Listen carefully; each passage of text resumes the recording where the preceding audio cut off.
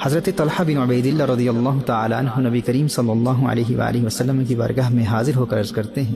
یا رسول اللہ صلی اللہ علیہ وسلم، میں نے خواب میں 2 صحابہ کو دیکھا۔ محترم احبہ، یہ وہ 2 صحابہ ہیں جو ایک ہی دن میں ایمان لائے تھے۔ ان میں سے ایک صحابی اپنی عبادات، تقوی اور دینی خدمات کے حوالے سے دوسرے صحابی کی بنسبت زیادہ مشہور تھے اور وہ شہید بھی ہوئے تھے،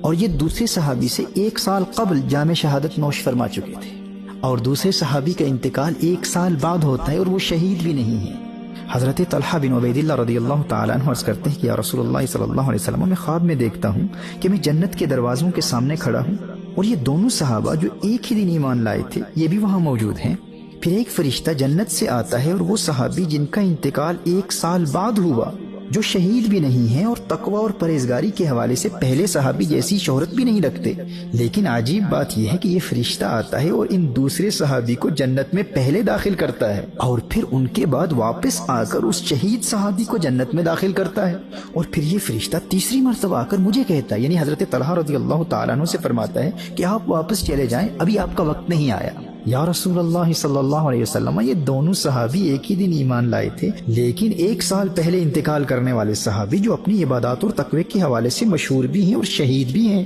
انہیں جنت میں بعد میں داخل کیا جاتا ہے، اور 1 سال بعد پردہ فرمانے والے دوسرے صحابی جو کہ شہید بھی نہیں ہیں یہ جنت میں پہلے چلے جاتے ہیں۔ کونین کے والی صلی اللہ علیہ وآلہ وسلم ارشاد فرماتے ہیں، الیس ھذا قد مکث بعد ھذا سنہ، وہ صحابی جو شہید نہیں ہوئے تھے کیا انہوں نے دنیا میں اس شہید صحابی سے 1 سال زیادہ نہیں پایا؟ حضرت طلحہ عرض کرتے ہیں، بلا، بات تو یہی ہے یا رسول اللہ صلی اللہ علیہ وسلم۔ نبی کریم صلی اللہ علیہ وآلہ وسلم نے ارشاد فرمایا، وَأَدْرَكَ رمضان۔ طلحہ غور تو کرو، جنہوں نے دنیا میں 1 سال زیادہ گزارا وہ شہید تو نہیں ہوئے، انہیں شہادت تو نہ ملی، لیکن انہیں ایک اور رمضان تو مل گیا نا۔ میرے دوستو، جاننا چاہتے ہو جس خوش قسمت کو اللہ جل وعلا رمضان تک زندگی دے دے اور وہ رمضان کا احترام بجا لاتے ہوئے گناہوں سے بچتا رہے اور اس پاک مہینے میں خوب عبادت کرے، اسے مقام کیا ملتا ہے جاننا چاہتے ہو؟ ارشاد فرمایا، اے طلحہ، اگرچہ یہ دونوں ایمان ایک ہی دن لائے تھے، لیکن اس 1 سال بعد پردہ فرمانے والے صحابی جو شہید بھی نہیں ہیں انہیں مزید ایک رمضان مل گیا، اور اس رمضان کے پانے کی برکت سے اس صحابی اور اس شہید صحابی کے مقام میں اللہ جل وعلا نے اتنا فرق پیدا کر دیا جتنا زمین و آسمان کے مابین ہے۔ ہر چند کے جنت میں پہلے داخل کیا جانے والا شہید نہیں تھا، لیکن رمضان پانے اور رمضان کی عبادت کی وجہ سے اس کا مقام اس شہید صحابی سے اتنا بلند ہے، یہ درجات و مقامات کے اعتبار سے رمضان کی وجہ سے اس شہید کے مقابلے میں اتنا آگے نکل چکا ہے کہ اب دونوں میں اتنا فرق ہے جتنا زمین و آسمان کے مابین ہے۔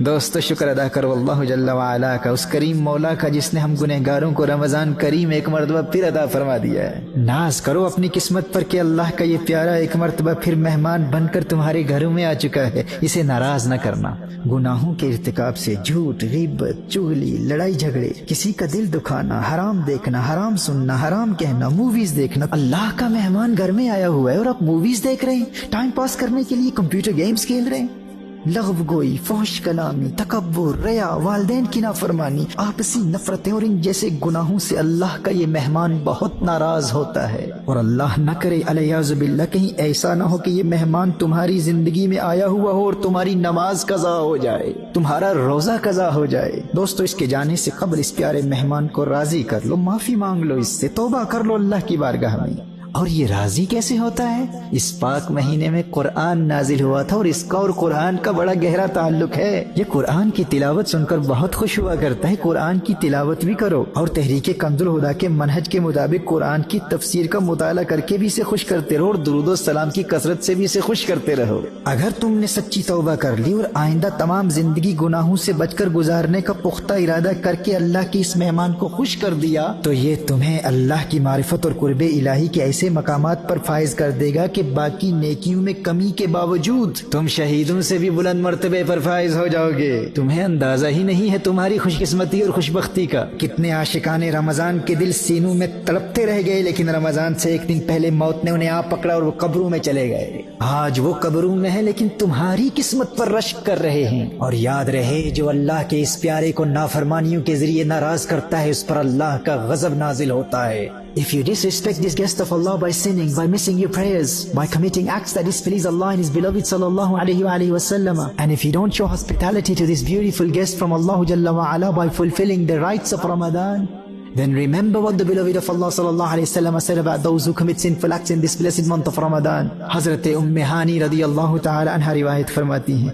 نبی کریم صلی اللہ علیہ وآلہ وسلم نے اللہ کی نافرمانی اور گناہوں کے ذریعے اس مہمان کو ناراض کرنے والوں کا عذاب بیان فرماتے ہوئے ارشاد فرمایا، جس نے اس ماہ میں زنا کیا یا شراب پی تو آئندہ رمضان تک اللہ اور جتنے آسمانی فرشتے ہیں اس شخص پر لعنت کرتے ہیں، اور اگر یہ آئندہ ماہ رمضان کو پانے سے پہلے ہی مر گیا تو اس کے پاس کوئی ایسی نیکی نہ ہوگی جو اسے جہنم کی آگ سے بچا سکے۔ نبی کریم صلی اللہ علیہ وآلہ وسلم نے ارشاد فرمایا، تم ماہ رمضان کے معاملے میں ڈرو، کیونکہ جس طرح اس مہینے میں اور مہینوں کے مقابلے میں نیکیاں بڑھا دی جاتی ہیں، اسی طرح گناہوں کا بھی معاملہ ہے۔